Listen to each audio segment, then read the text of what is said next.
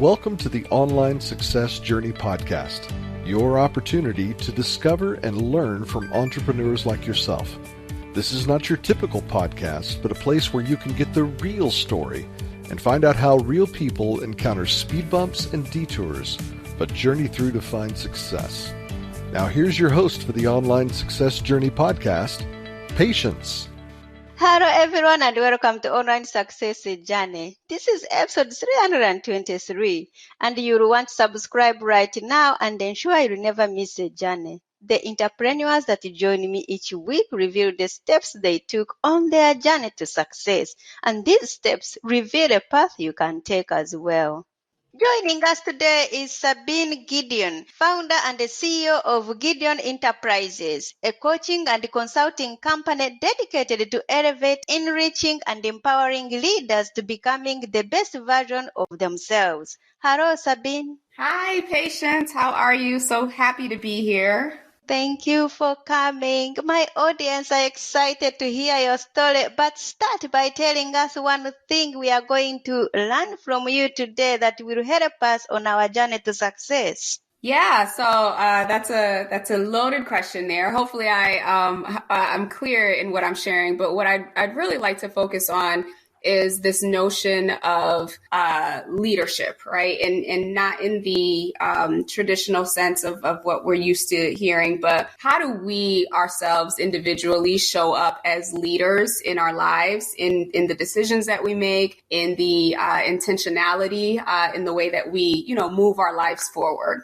Wow. I can't wait to hear more about that. But let's get started with the basics. Can you tell my audience a little bit about your background, about what you did before you started your own business? Absolutely. So I, not to go too far back, but I'm an immigrant to this country, born in Haiti, came here to the U.S. When I was just shy of 4 years old. And so had a very, traditional, I don't know if you want to call it traditional, but had a very normal, I guess, somewhat upbringing as an immigrant, right? The messages around working hard, doing better than my parents and previous generations. And so, I grew up with this very much so with this belief that like I had to be a high performer, like I had to, do good and do better because of the opportunity that I was given. So naturally advanced through school, first one to go to college, started in human resources. So I majored in my undergrad in human resources,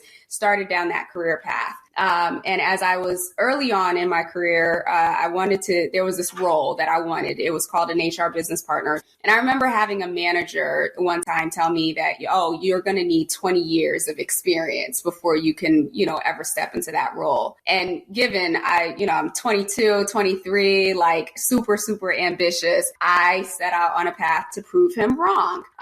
So nonetheless, throughout my career, took on extra projects, took different roles, took pay cuts, lateral moves, everything, and got to the point where I even went back to school to get my master's as as part of my strategy to open the doorway for me to get to this role. Well, 10 years later, I finally got the role. But guess what?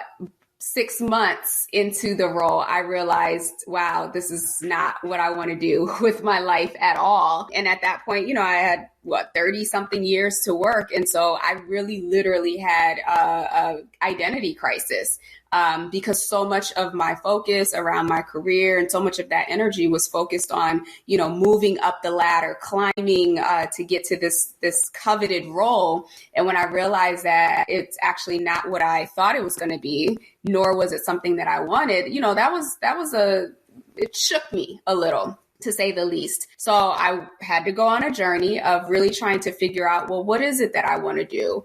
If this is no longer me, if I've outgrown this role or outgrown this identity, who am I if I'm not, striving for this particular level or this particular role? And that's when I took a step back and looked at, over the course of my career, when had I felt the most fulfilled and when had I felt like I was making the biggest impact? And it was on two occurrences. One, when I was sitting one-on-one with employees, helping them map out their career or map out their life, or, just coaching through whatever challenges that they were having with their managers or team members. And then the other one was when I was sitting behind closed doors, coaching the leaders, even the most seemingly mean or bully-like leaders. When we got behind closed doors, there was a level of vulnerability that they were willing to share with me. And so when I took that step back and really looked at those two occurrences, it became a little clear to me that, the path that I wanted to go down was coaching. And, at that point, coaching was really becoming like a big thing. And still is, right? It's expanding more and more as the years go by. So I started with career coaching because that's what I knew. That's what I was familiar with. It didn't take long for me to realize that writing resumes is not what I want to do. So I quickly transitioned to people who were in transition.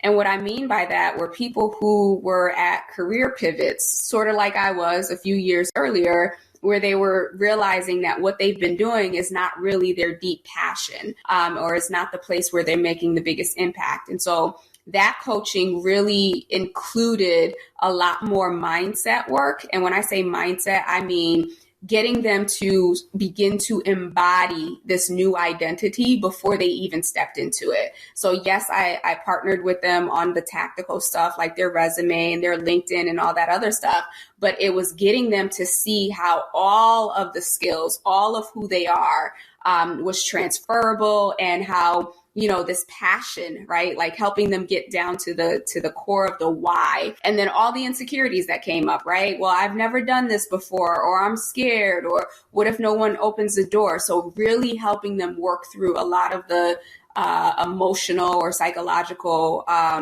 aspects of transition and change to help them move into their next level. So this was also coupled with the leadership coaching, because I started working with small startups. And again, it was the same environment. You had subject matter experts, or you had people who joined the founding team, and they were just focused on getting the business off the ground. Then as the business grew, right? In some cases, the business started to outgrow them because they didn't have broad expertise. They had very, very narrow expertise. So working with them to help them, see themselves differently, to expand so that they could grow with the company, and they could grow as leaders who are now managing others, who are now influencing and leading others. So that's been my journey over from leaving corporate America in 2018 to up until this point, working with individuals as well as working within organizations to help their leaders really step in and embody the identity of leadership. Wow. What a background, Sabine. Thank you. Wow. I know you wanted to transit and now you are settled, but why do you do what you do? Yeah, that's a really great question. And honestly, I don't know if I'm settled yet, because what I've learned throughout this process, so going back just a little further, I had a moment in my life where I hit rock bottom. And I remember my cry out to God at the time was, show me my purpose. And, throughout the course of this time, since that moment, I've been on this search and on this quest for purpose. Like, what am I here on the earth to do? Like, what is my, my unique gift, right, to everyone else? And every time I've stumbled across a particular vocation or type of work, yes, I felt like there was purpose and I felt that there was impact. But I think over time, what I've come to realize is that, your purpose and the why you do something that you do, that can change. And when I say it can change, it won't be completely different, but it can transform and it can evolve in different ways. So even when I was in HR, I was still operating in my purpose. I was just expressing it in a different environment. Even as a career coach, or even now as a leadership consultant and an executive coach, I'm still me, that purpose of, helping others, using my passion to help others, using the tools, the knowledge, and the expertise that I have to equip and to empower others to create fulfillment in their lives. All of that at the core of it is still is the root of why I do what I do. But how I express it, whether it's through coaching or through consulting or through speaking or through my writing, that changes, that evolves. And so I hope I answered the question in terms of like the why I do what I do is because I know that at the core of who I am, I'm here to help people. I'm here to serve so that they can create and become the better versions of themselves. Let's put man aside. How do you know you are successful? Ooh, that's a really great question. I'm sure most entrepreneurs, right, depending on what your starting line is, we struggle with this. I was just talking to someone yesterday, and we talk about like how in the beginning stages when you're starting in your business, especially if you're transitioning from corporate America, so much of your value, if you will, is tied to your salary or it's tied to your title. But then once you come into entrepreneurship, if you're not getting paid, it can easily start to weigh in on how you see yourself and the value that you have. So, I thank God, I've outgrown that mindset, and really stopped looking at success from the lens of material stuff, whether that be money, whether that be title, whether that be accolades or recognition. Now, I do think that those are part of the success recipe, if you will, or evidence of success.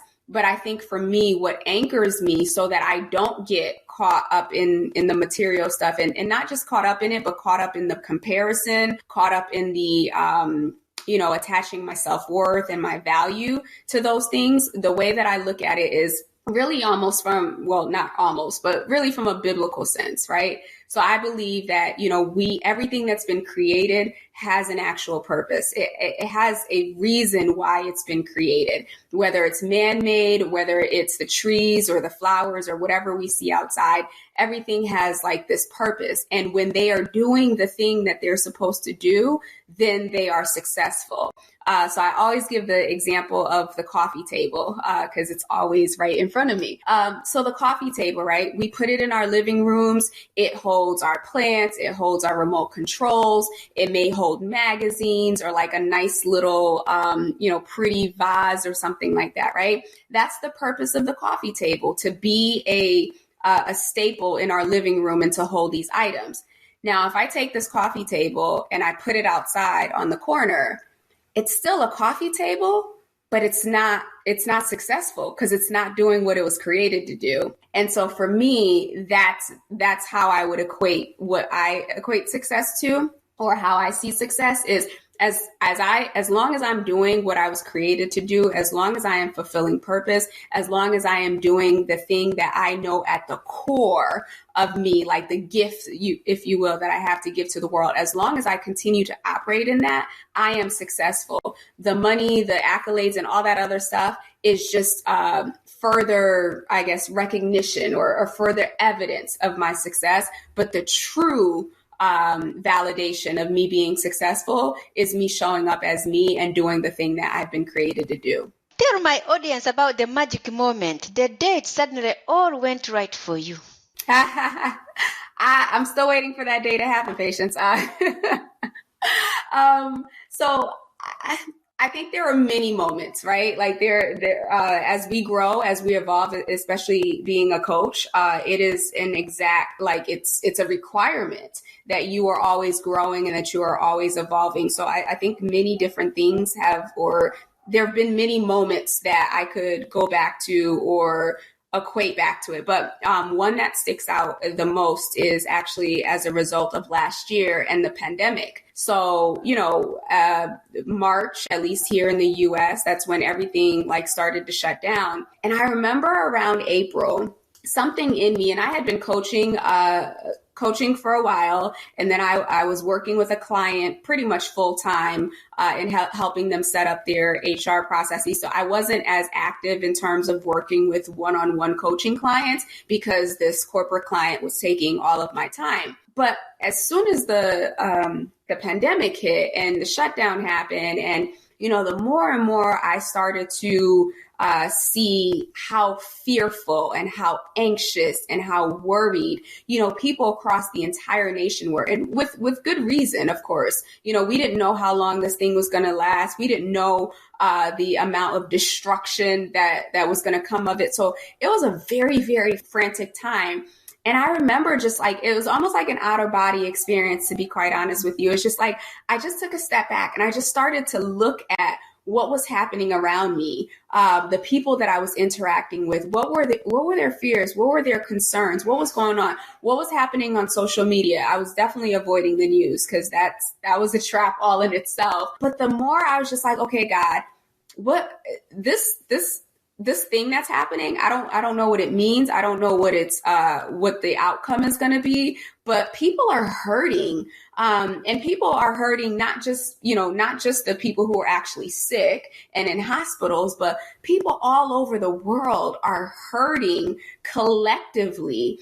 And it's in that moment that I felt like, it was almost like, I don't know if you've ever watched wrestling, but you know how like wrestling, when it's a tag team and they tag the other person and then they go in the ring and then, the person takes a step back and they get to rest. And that's exactly what I experienced. I felt like God was tagging me and saying, it's your time. This is it. This is the moment where you can step out and you can begin to do the work of helping, do the work of supporting, not just leaders, but just do the work of helping people in their most critical time. And so that was last year, April of 2020. So I would say that is the moment where, at least for me, things shifted. And once I got clear on that alignment, the outcome of that and how I remodeled or restructured my business, how I restructured, how I show up, how I restructured, how I work with clients, everything came out of that very moment. Yes, no one will ever forget that moment. Some of the countries are still locked down. Right. What have you learned from business as a whole? Oh, so many lessons. I will take this from the standpoint of, I'll use it from the standpoint of people who are transitioning into entrepreneurship. I know, especially, in this time, there's a lot of noise out there. There's a lot of marketing that, is encouraging everybody to start a business, right? Oh, anyone can start a business, take control of your money, take control of your time and all that stuff, right? And obviously to an extent, there's some truth to that. For people specifically who I think are starting businesses coming straight out of a corporate environment or maybe a more structured work environment, I think while those messages around, make 6 figures in 6 months or, just put up a website and the customers will come. It's really unfortunate that, that those messages are still working for people. But one of the biggest things that I've learned that, entrepreneurship is not something you do. And what I mean by that is an entrepreneur is something that you become, similar to what I mentioned before in terms of a leader. It's in you. It's in you to be a leader. It's in you to be an entrepreneur. Some people just naturally, their natural talents reveal that very early on. And then some people, it may lie dormant, but I do believe that we all have an entrepreneurial spirit in us because we're all creative beings. And at the same time, we all have leadership ability. One of the things that I've realized, I think, to help make people who are transitioning from corporate or traditional environments into entrepreneurship is one, understanding that it is a transformation that you're going to encounter. So, I talk to especially women who go through this process. And I don't know if you've gone through this process as well, but there is a period of time where, all of your insecurities, all of your doubts, all of your fears, all of your worries, all of your money beliefs, everything, right? Especially in that beginning, as your transitions start to come out. And often, what stops people from moving forward is because they're faced with all of the stuff that was already inside of them, and they see it as opposition. They see it as a warning sign that they shouldn't move forward. Whereas in reality, it's the very thing that they need to lean into and face and deal with and choose to let go or choose to hold on to that's going to help propel them in business. So, perfect example, when you're working full time, you're getting a paycheck, right? Regular, whether it's every week, every 2 weeks, and people see that as stability. They see that as safety. They see that as security. They attach that emotion and they attach that meaning to the paycheck. But then when you're stepping into entrepreneurship, there is none of that, right? And so it becomes this very scary thing. And all of the thoughts that they have about money and all their fears and everything starts to come up. And that can easily, cause someone to freeze up and say, you know what, I can't do this, or this isn't for me, or I don't have what it takes, or whatever the case may be, when all that's happening is your mindset, your patterns, your behavior has to change and has to transform and experience a new normal, if you will, a new normal before it can start to receive the fact that, oh, the paycheck actually wasn't security.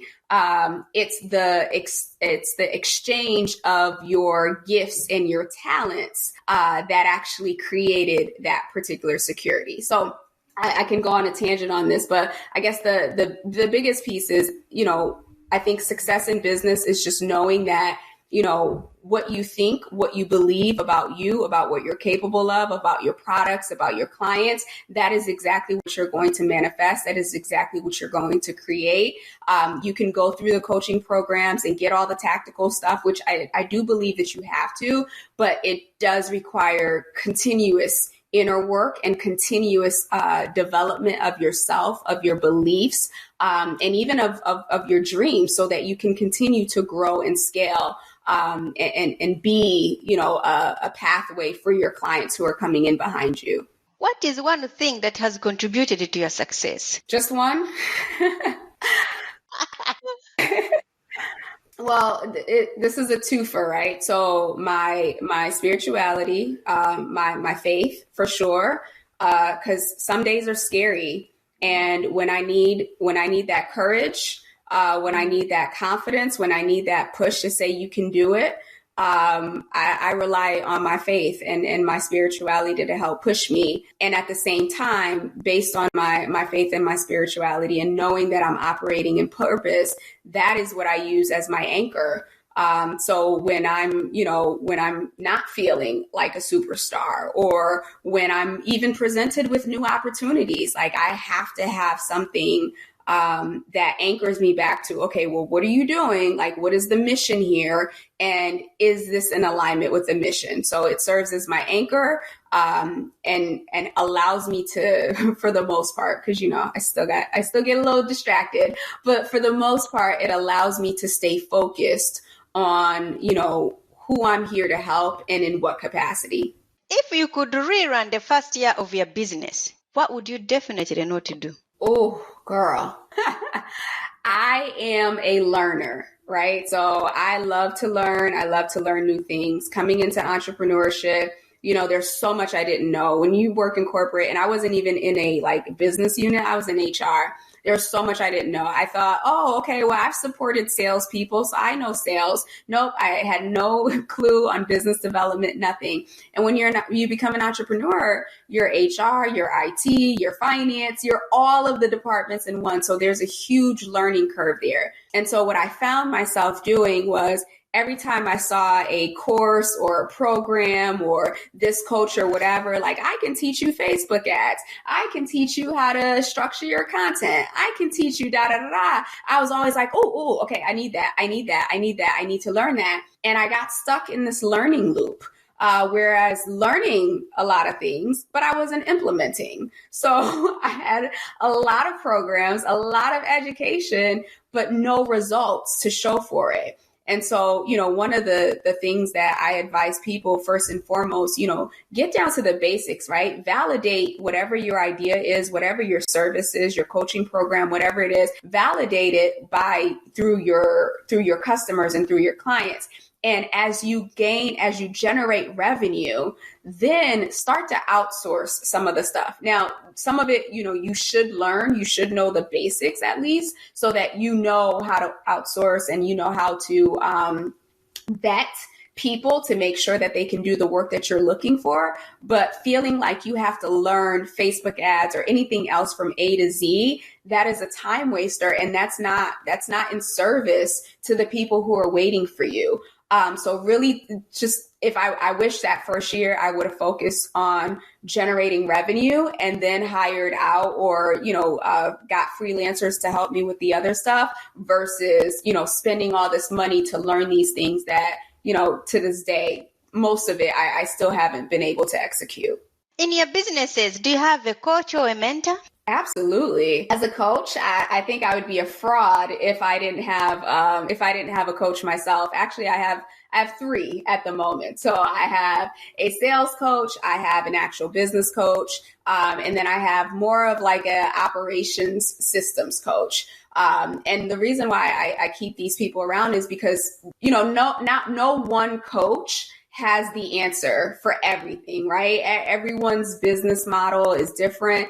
And so having people who have expertise in specific areas that I know are my weakness has been very beneficial. And that's another thing that I would say too, whether you're an entrepreneur or you are a leader, it is so critical that you do an honest assessment of your skills. So critical that you honestly assess what are your strengths and what are your weaknesses. Put ego aside and it's not to say it's not a bad thing, but in recognizing where your weaknesses are, that'll help you identify, okay, who do I need to bring on my team to help support me in that space? Because if you are a leader and you're an entrepreneur and you're trying to do it all, it's just not going to work, or you're going to end up, burning yourself out or giving up on the path. What is the most valuable thing your mentors has told you? Ooh, let's see. So I think the value that I've gotten the most from my coaches and my mentors outside of, the tactical things that I need to do for the business is the reinforcement that I am capable of doing this. I have one coach in particular, she talks about always holding her clients to the highest version of themselves, right? So even when I don't see what I'm capable of, even when, I'm looking through the lens of, oh, this launch didn't work the way that I wanted to, my coach is there to say, okay, but what did you learn? What's different about you now that you've gone through that experience than prior to that? And it allows me to see myself and to see my experience and my journey from a more holistic 30,000 square foot space versus getting lost in the nitty gritty. And so I think that that's the biggest value, because when you're driving towards a destination, you're driving towards a goal, we don't see the end, right? We see one step at a time, and having that coach there to say, hey, I am at the end, and I'm going to pull you through. And in that space, I'm going to build up your confidence. I'm going to remind you of how far you've come. I'm going to, of course, give you tools and resources to help push you forward. But that confidence and that recognition of, the work that I'm doing is making an impact, even if I don't see it in the immediate period. What is one thing no one knows about you? One thing no one knows about me. So it's funny because during the pandemic, I had just recently moved to LA right at the end of 2019. And the only network I had out here is obviously my the client that I was working with. And so, I've spent a lot of time in my apartment here in LA, and I'm a very social person. I like going out and I love music overall. So, you can't go out, you be around people. And so I have these weekly dance parties here in my living room, just me and my dog, my Shih Tzu. And I am a big 90s, 2000s R&B, reggae, hip hop, and I will just blast my music and have a full out dance party in this living room every week. That's how we engage, and we fill the time here. He just looks at me like I'm crazy, but it works. Wow, thank you for sharing. What is the most important question to ask someone who's bought from you? Obviously, you can ask them like, what were their results, right? Like, where were they before, and where were they after? Let's talk about your business. Tell us more about it and who's your perfect clientele. That one is an interesting question because I could take it from so many different angles. I mean, the basic one would be like, what were the results, right? But it's funny when I think about feedback from my clients, what's usually consistent is this: you helped me see myself differently. The training, the coaching, all of that was good, but the way that I see myself now is different. And so I guess the question that I would advise to ask is, how did you see yourself before, and how do you see yourself now?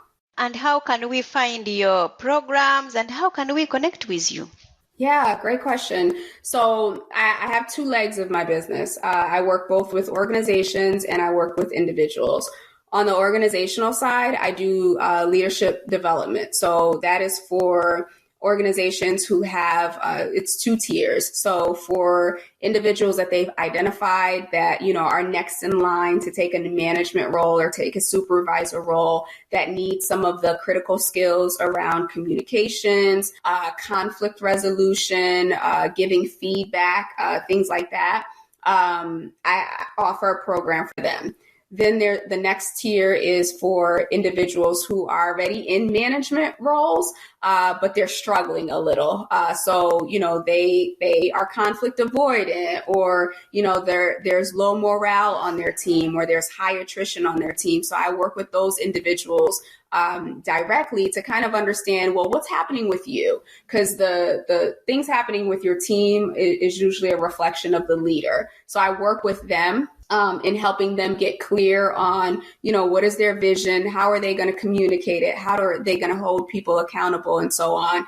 And then also do some executive onboarding. So when a company is bringing on a brand new executive, how do I set this person up for success so that they're not like they can come in and they can hit the ground running? So that's what I do with organizations. And then on the individual side, I work predominantly with women and emerging leaders, professional women and emerging leaders. And the way that I do that is really less career coaching, but two key aspects that I think are important for anyone to advance in their career successfully. And that's career or business. And that's around negotiations and networking.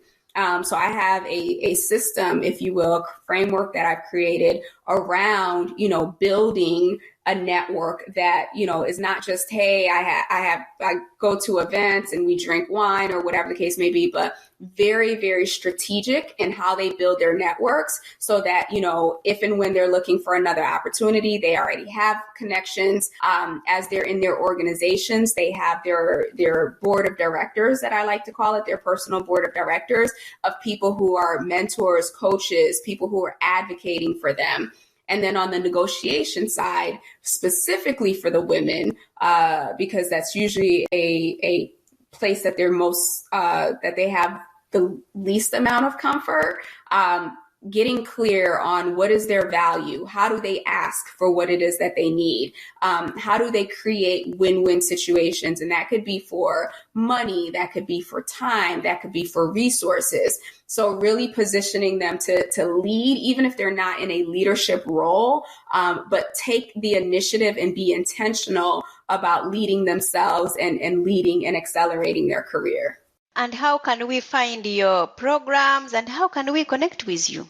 Yes, great question. So you can connect with me on my website, SabineGedeon.com. So it's my first and my last name, all one word, .com. I am also in the process. It's not fully launched yet, but it is live. I am in the process of launching a network for women and emerging leaders called She Leads Network, SHELEADS network.com. And this is really designed to do the two things that I just shared with you. to really teach, develop, and train women and emerging leaders on how to, take control of their lives, of their careers, of even their businesses. Because networking as a business owner is huge, as well as, being able to negotiate for services, for time, so on and so forth. So that is launching in October. The website is live. So if listeners want to check that out, sheleadsnetwork.com. Thank you. There will be more from Sabine in a moment. If you are listening to this on a podcasting platform and you are encouraged by Sabine's journey, please go to our website at onlinesuccessjourney.com. The site has tons of audio clips from hundreds of successful entrepreneurs' guests' journeys, all there to help you find a path to your own online success journey. The site offers exclusive members-only content, and you can join absolutely free and be part of this amazing online success community today. Check it out. That's onlinesuccessjourney.com. Now, Sabine, I would love for you to share more with my audience if you are up for it. I am, absolutely. Thank you. Do you like to watch movies or read books? Okay, a previous version of me would have said movies, but lately I've become a book nerd and not actually reading books, listening to audiobooks. Tell us, what is your favorite audiobook that has some relevance to being an entrepreneur?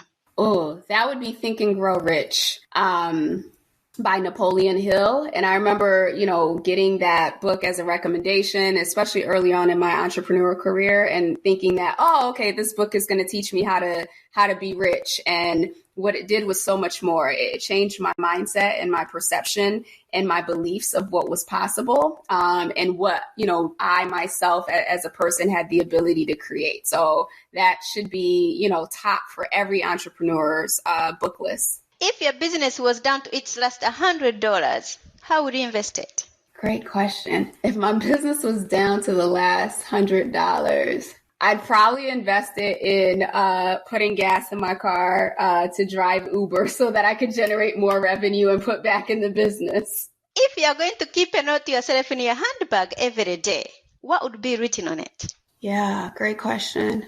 Yeah, my mission statement, which is to use my passion of helping others to help empower and equip them to create fulfillment in their lives. Do you feel like you succeeded or like you're only on the way? I feel like I am succeeding and there is more success waiting for me. What is your next chapter? Oh, great question. Next chapter is from a business perspective, is to really build out the She Leads network that I'm launching out in the coming month, and to really, do what I tell my clients to do, to step out and to own my brilliance. So that means, being a lot more visible, being intentional about, serving and helping a lot more people, and stepping outside of my comfort zone. Will you ever stop? No, not till my last breath. There's this saying that says, there are two important dates in our lives, the day that we're born and then the day that we find out why. And I've found out why. So I'm at that place where until he takes my last breath away from me, I am riding this out and serving and helping as many people as I can. Wow. Thank you. Remind us how we can connect with you. Yes. So that would be SabineGedeon.com. I'm also on social media. So LinkedIn and Instagram are where I spend the most time. And my handles on both are Sabine Gedeon, one word, first and last name. Sabine, it's been great having you to share your online success journey with us. Same here. Thank you so much for having me. And thank you so much for these thoughtful questions. You are welcome. Remember, success is a journey. Don't wait. Let's start the journey. Patience and Sabine. This is not the end of the journey. We hope you've enjoyed listening to Patience and her guest and want you to know there are hundreds of episodes available at onlinesuccessjourney.com. Patience would like to thank you for listening to the podcast, and she has a free gift for you on our website, including an audio compilation of her guests' best tips, uplifting stories, and even a bit of fun. Additionally, there are special clips of over 250 episodes that have never aired on the podcast, and they're only available to members of the Online Success Journey. Check the website and click on Join Now to get free and instant access. Of course, you know that listening to the journeys of others helps each of us chart our own path. So make sure you're subscribed on your favorite platform to be notified as each new interview is posted. There are so many ways to stay connected to the Online Success Journey and listen in. And if you're enjoying the podcast, we appreciate your help in telling others. One of the best ways to share the benefit you get is to rate and review the podcast at iTunes and other sites. We appreciate your help and your willingness to share your journey. One last thing. If you're feeling a bit lost or overwhelmed on your own journey, Patience can help.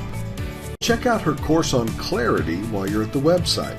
Finding clarity is a great way to get back on the right path. On behalf of Patience, and until next time, thanks once more for listening. It is our hope that this podcast will guide you on your own online success journey.